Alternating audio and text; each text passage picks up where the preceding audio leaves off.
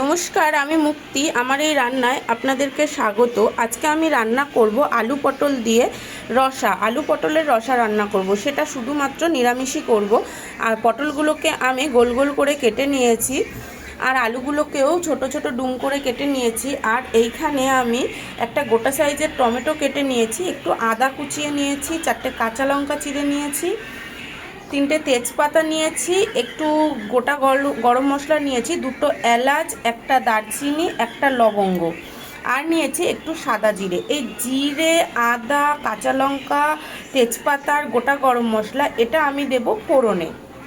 খুব কম মশলায় নিরামিষভাবে আলু পটলের রসা বা আলু পটলের তরকারি তৈরি করব।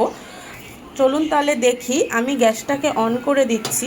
আপনারা প্রত্যেকেই জানেন, যারা আমার রান্না প্রত্যেক দিন দেখেন, যে আমি একটু সহজ উপায়ে আর খুব তাড়াতাড়ি কি করে রান্না করা যায় সেইটাই চেষ্টা করি। কারণ এখন মানুষের সময়ের খুবই অভাব। যত তাড়াতাড়ি সম্ভব রান্না করার চেষ্টা আমিও করি, আর সেটা আপনাদের সাথে শেয়ার করি। প্লিজ আমার রান্নাগুলো যদি আপনাদের ভালো লেগে থাকে একটা লাইক করে দেবেন, আর আমার পেজে গিয়ে রান্নাগুলো দেখার জন্য একটা সাবস্ক্রাইব করে দেবেন। কড়াইটা গরম হয়ে গেছে, এবার আমি কড়াইয়ের মধ্যে প্রয়োজন মতন তেল দিয়ে দেব তরকারিটা করার জন্য। আমি একটু বেশি করেই তেলটা দিলাম, আপনারা চাইলে এর থেকে কমও দিতে পারেন। অনেকে আগে পটলটাকে ভেজে নেয়, তারপরে আলুটা দেয়, কিন্তু আমি ওই যে বললাম আমার সময় খুবই অভাব, আর আমি খুব কম সময়ে রান্না করার চেষ্টা করি, তাই আমি আলু পটলটাকে একসাথেই ভেজে নেব, একটু লাল করে, বেশি করে লাল করে ভেজে নেব। তেলটা গরম হয়ে গেছে, প্রথমেই আমি গোটা গরম মশলাটা ফোড়নে দিয়ে দিচ্ছি, তারপর দিচ্ছি তেজপাতাগুলোকে, এবার দেব সাদা জিরেটা ফোড়ন, তারপর আমি এই আদা কুচিগুলোকেও ফোড়নে দিয়ে দিচ্ছি, এবার দেব কাঁচা লঙ্কাগুলো। এইবার সব ফোড়ন একসাথে আমি এটাকে একটু নাড়াচাড়া করে নেব। ফোড়নগুলো বেশ লাল হয়ে গেছে, মানে ভাজা হয়ে গেছে। এবার আমি আলু পটলগুলোকে সব দিয়ে দিচ্ছি তেলের মধ্যে। আমি চাইলে ঢেলে দিতে পারতাম, কিন্তু যেহেতু এটায় নুন আর হলুদ আগে থেকে মাখিয়ে রেখেছি, তাই এটা থেকে জল কেটেছে, তেলের মধ্যে জলগুলো পড়বে, তাই আমি পটল আর আলুটাকে তেলের মধ্যে হাত দিয়ে একে একে সব ছেড়ে দিচ্ছি। আমি নতুন নতুন ভিডিও করছি, তাই যদি কোনো ভুল হয়ে থাকে আপনারা প্লিজ একটু ম্যানেজ করে নেবেন, বা আমাকে কমেন্টে জানাবেন যে দিদি এটা ভুল হয়েছে। আমি শুধরে নেওয়ার চেষ্টা করব। শেখার শেষ নেই, আপনাদের কাছ থেকেই শেখার শুরু, আপনাদের কাছেই শেখার শেষ। আলু পটলগুলো কড়াইয়ে দিয়ে দিয়েছি, এইবার আমি ভালোভাবে এইটাকে নাড়াচাড়া করি, আর আঁচটাকে বাড়িয়ে দিচ্ছি হাই ফ্লেমে। এইবার আলু আর পটলটাকে একটু কড়া করে লাল করে ভাজবো। আলু আর পটলটা ভাজার সময় কোনো নুন হলুদ দেব না, কারণ এটা আগে থেকেই নুন আর হলুদ মাখিয়ে রেখেছি। তবে নুনটা দিয়েছিলাম, জল কেটে গেছে। আবার আমি যখন মশলা টমেটো দিয়ে এটাকে কষাবো, তখন আবার একটু সামান্য হলুদ আর লবণ আবার এর মধ্যে দেব। এখন এটা এইভাবেই হাই ফ্লেমে ভালোভাবে ভাজবো। যতক্ষণ এটা ভাজা হচ্ছে ততক্ষণ আমি এই বাটিটার মধ্যে একটা গুঁড়ো মশলার পেস্ট তৈরি করে নিই।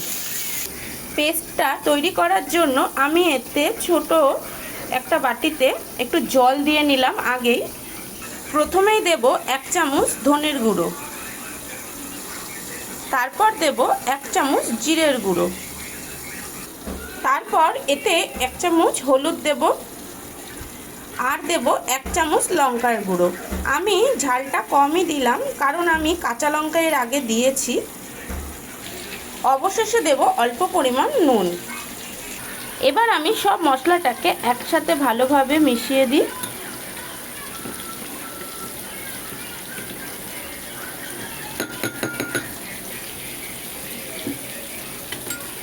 এইবার যতক্ষণ এইটা ভাজা হচ্ছে ততক্ষণ ওই মশলাটা ওর মধ্যে ভেজানো থাক। আজকে ঈদ, আর যারা আমার এই ভিডিওটা বাংলাদেশ থেকে দেখছো, বা যেসব মুসলিম ভিউয়ার্সরা আমার এই ভিডিওটা দেখছো, তাদের প্রত্যেককেই ঈদের শুভেচ্ছা জানাচ্ছি। তাদেরকে অনেক অনেক শুভেচ্ছা রইল ঈদের। তারা যেন এই দিনটা খুব ভালোভাবে কাটায়। আলু পটলটা বেশ ভাজা ভাজা হয়ে গেছে। এইবার আমি এর মধ্যে যে টমেটোটা কেটে রেখেছিলাম টমেটোটা দিয়ে দেব। এই টমেটোটা এখন দিয়ে দিচ্ছি, আর সাথে একসাথে দিয়ে দেব যেই পেস্টটা আমি করে রেখেছিলাম সেই পেস্টটাকেও আমি দিয়ে দেব।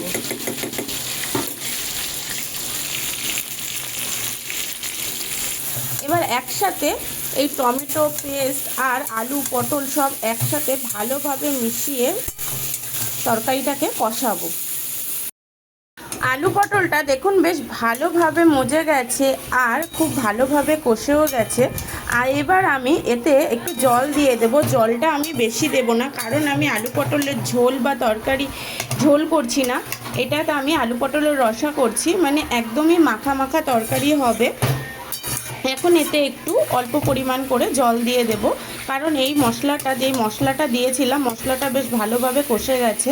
সাথে দেখুন আপনারা দেখতেই পাচ্ছেন আস্তে আস্তে তেলও ছাড়ছে।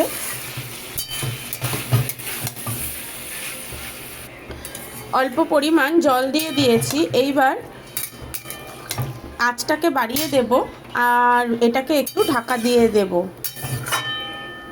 তরকারিটা ফুটে গেছে। এবার আমি এতে একটু সানরাইজের গুঁড়ো গরম মশলা দিয়ে দেব। হ্যাঁ, গোটা গরম মশলাও ফোড়নে দিয়েছিলাম, এবার অল্প একটু গুঁড়ো গরম মশলাও দিয়ে দিচ্ছি। রান্নাটা অলমোস্ট রেডি। আপনাদের যদি এই কম সময়ে খুবই কম উপকরণ দিয়ে এই যে রান্নাটা করলাম এটা যদি ভালো লেগে থাকে, প্লিজ রান্নাটাতে একটা লাইক করে দেবেন। আর এরকম ধরনের কম সময়ে ঘরোয়া উপকরণ দিয়ে আরও নানান ধরনের ঘরোয়া পদ্ধতিতে রান্না দেখার জন্য আমার চ্যানেলটাকে প্লিজ একটা সাবস্ক্রাইব করে দেবেন। আপনাদের সবাইকে অনেক অনেক ধন্যবাদ।